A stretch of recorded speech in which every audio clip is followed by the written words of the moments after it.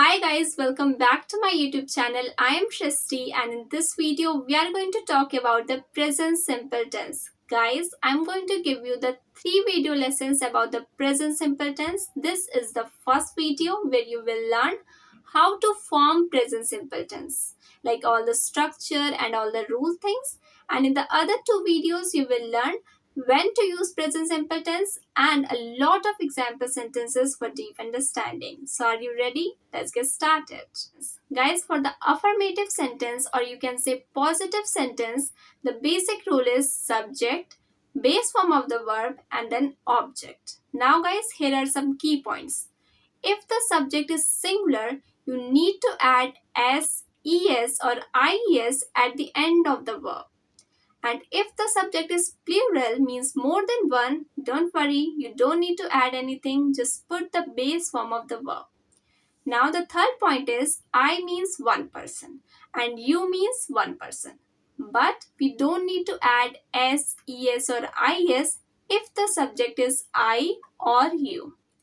Let's look at some examples. I run, you run, we run, they run. He runs, she runs, it runs. Now guys, I said we add s, es or is if the subject is singular. So where to add s, es or is? So if the verb end with s, double s, sh, ch, x, o or z, then we add es at the end of the verb. For example, brush. Look at the last 2 letters, sh. So if we want to change this word into plural, we need to write es, brushes. Same with watches, passes, teaches. And if the verb end with consonant and then y, so we need to drop y and add is. What are consonants? Those alphabets that are not vowels are called consonants. So what are vowels? A, E, I, O, U. These are 5 vowels. And rest of all the alphabets are consonants like B, C, D, F, etc. For example, if the verb word is fly, look at the last 2 letters, L, Y. So L is a consonant and then Y. So if we want to change this word into plural, we need to remove Y and add IES. So it becomes flies, F-L-I-E-S. Let's take another example. Toy, T-O-Y. Look at the last 2 letters, O and Y. O is a vowel and then Y. So can we drop Y? No, we can't because it is a vowel, not consonant. So what if we want to change this word into plural word? So we need to add S. So it becomes toys, T-O-Y-S, toys. Same with enjoys. Look at this chart. Let's take a verb, live. So if the subject is I, you, we or they, the verb live is used. But if the subject is he, she, it or singular, the verb becomes lives. For example, I live in a small apartment. He lives in a big house. Mary lives in Paris. We live in India. Let's take another verb, speak.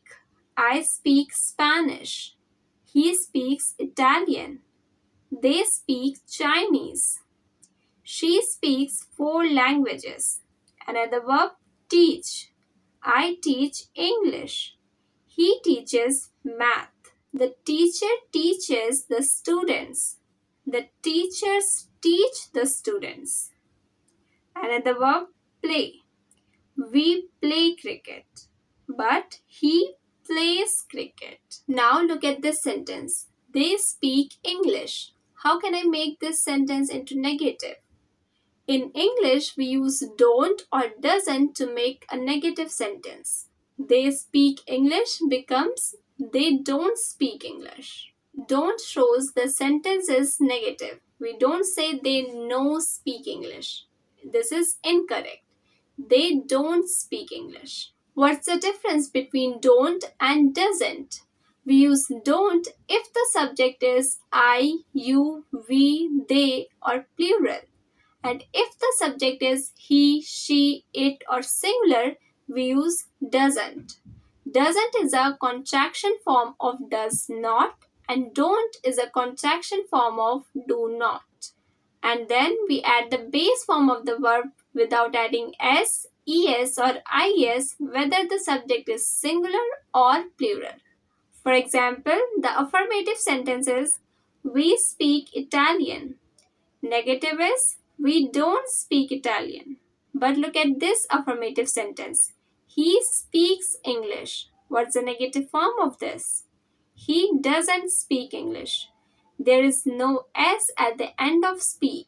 Why? Because when we talk about negative sentence, we use base form of the verb without adding s, es, or is. Another example, she speaks Italian.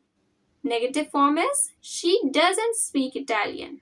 Again, there is no s at the end of speak. Why? Because it is negative sentence. Let's take another verb, need. The affirmative sentence is I need help. What's the negative form? The negative form is I don't need help. Next affirmative sentence, he needs help. What's the negative form of this? The negative form is he doesn't need help. Again, no s at the end of the verb because it is a negative sentence. The key point here is we don't add s, es, or is in negative sentences. Now look at this sentence. You speak English. Can you change this sentence into question? What will you say? We say, do you speak English? In English, we use do or does to make the sentence question. Now look at this chart. We use do with I, you, we, they, and plural, and we use does with he, she, it, or singular. Now the same rule apply here. We don't use s, es, or is in question sentences. For example, the affirmative sentence is he speaks Hindi. Negative sentence is he doesn't speak Hindi. And for interrogative sentence, we say, does he speak Hindi? No s at the end of the speak because we only need base form of the verb without adding s, es, or is. Another example, you live in Germany. This is the affirmative sentence. Now change this into interrogative sentence. Do you live in Germany? Do tells us it's a question. Another example, he lives in Mexico. Notice s at the end of the subject because the subject is he. And it is an affirmative sentence. Now change this into interrogative sentence. Does he live in Mexico? No s at the end of the live. Why? Because we only need base form of the verb without adding s, es, or ies. Now look at this sentence. Do you live in Mexico? What answer would you give? You can simply say yes, I do if you live, or no, I don't if you don't live. Another example, does he eat ice cream? What will you say? You can simply say yes, he does if he eats, or no, he doesn't if he doesn't eat. Have you noticed something here?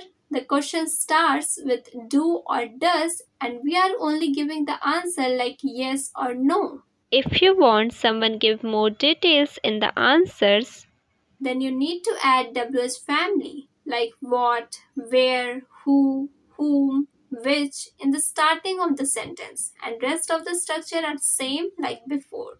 You don't need to change anything. You just need to add WH family in the starting. For example, where do you live? Now you can't say yes or no. You need to give the detailed answer like I live in Lucknow. Another examples, how many languages do you speak? Why do you live in Lucknow? What do you do? So in these questions, you can't say yes or no. You need to give the answer in detail. Like I speak 2 languages, I live in Lucknow because my job is here, or I'm a student. I hope you liked this video. If you did, then please hit the like button and subscribe to my channel for more amazing videos. Till then, take care and bye bye.